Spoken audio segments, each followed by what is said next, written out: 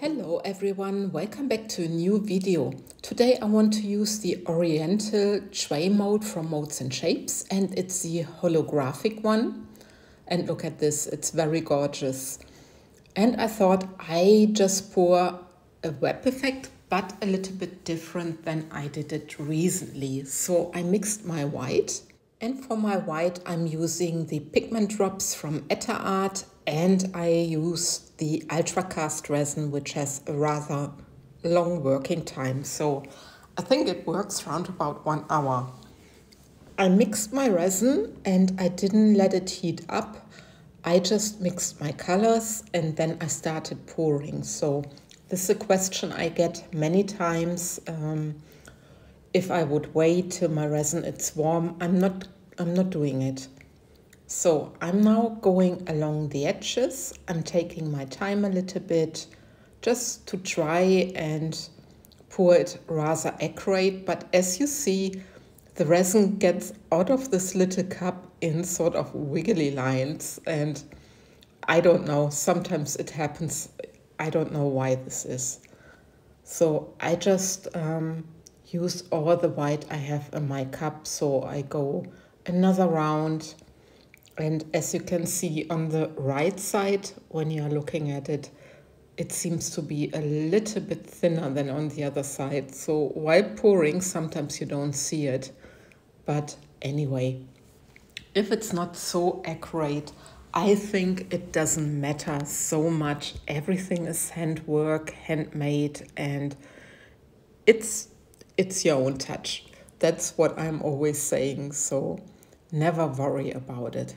So my white is done and I just take the popsicle stick and I try to use a little bit just to pour there where I thought it was a little bit less. So you don't need to waste your resin. You can just use what's in your cup. When you stir everything very well, it's no problem just to scratch your cup a little bit. So, and now I'm taking Octopus Alcohol Inks, Deep Sea and Ocean. I mixed them into my resin. And what I can already tell you, I thought at the end result, the difference between those two shades would be more. Actually, at the end, you don't see any difference. So this is also a learning process for myself.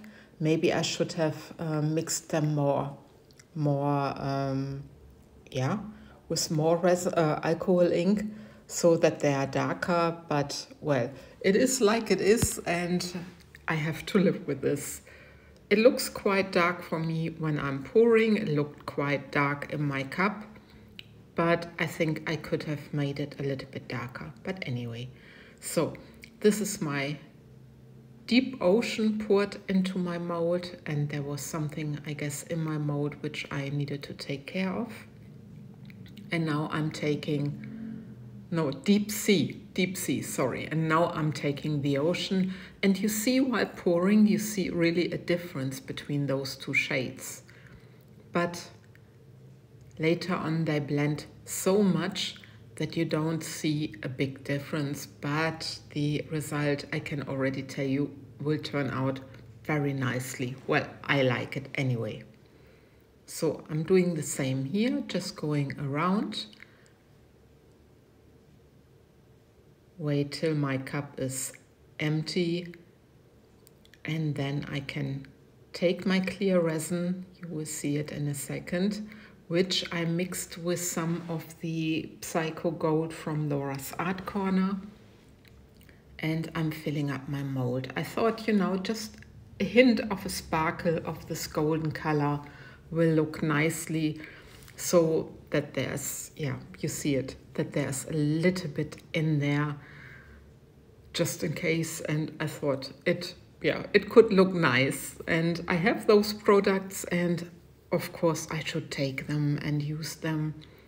But when you use those glitter flakes or whatever this Psycho Gold is, please be careful not to use too much. Otherwise, it really takes over and then it's not looking so nice anymore. I prefer it, but it's of course a personal preference when it's just a hint and you have this little sparkle in your resin piece. So I'm taking care that I take everything out of my cup, and then I'm taking the heat gun in a second. Yeah, there's a Psycho Gold. Then I'm taking my heat gun and I'm activating a little bit my white. So when I saw this at the moment, I was already thinking, oh, did I use enough white? I was not sure. But I also didn't want to have a big block color of white. So it was just testing a little bit for me and figuring out, will there happen something? Won't there happen something? So yeah, but you will now see the time lapse and you can see the resin moving. And in between, I always helped it a little bit with the heat gun, but very carefully, because I didn't want the pattern to be destroyed. And then for my center, I found some ocean colored flakes. And I still had some stones which had a little bit of pearl sheen to it. And they were just in my drawer. I mixed them and I thought it might be a nice finishing for my center. But you see, the resin moved and I'm very happy about it. And it looks like a snowflake flower. I think it looks very gorgeous on the pouring side, and I'm very happy that the resin moved and that I had enough white. So you saw I didn't have too much white for my edges, but I mixed it very opaque so it could really move, and I'm very happy about it. So, and this is the next day. My piece, because it's still cold over here, it's still a little bit bendy, so hopefully it's also bendy enough for a bowl, but I will see.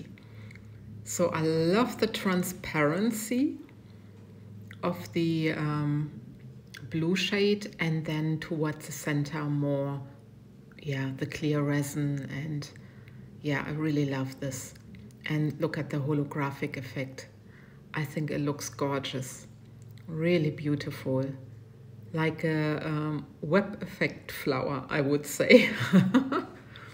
So anyway, I just put my resin piece into my bowl, and I have to force it a little bit, but then it's okay. And this time I'm not struggling as much as I did in my previous video when I did a bowl with this mold. But this time it's better, and I'm quite happy with the outcome. Look at that. Also happy with the center. I'm happy that I also, when I placed my center pieces, that I hit the center. And this is the final result, as you can see, and it's very gorgeous, I think. The striations from the web effect, they are very brilliant, and I'm in love with this piece. I wonder what you think. And with this, I love and leave you like always. I thank you for watching and take care, guys. Bye-bye.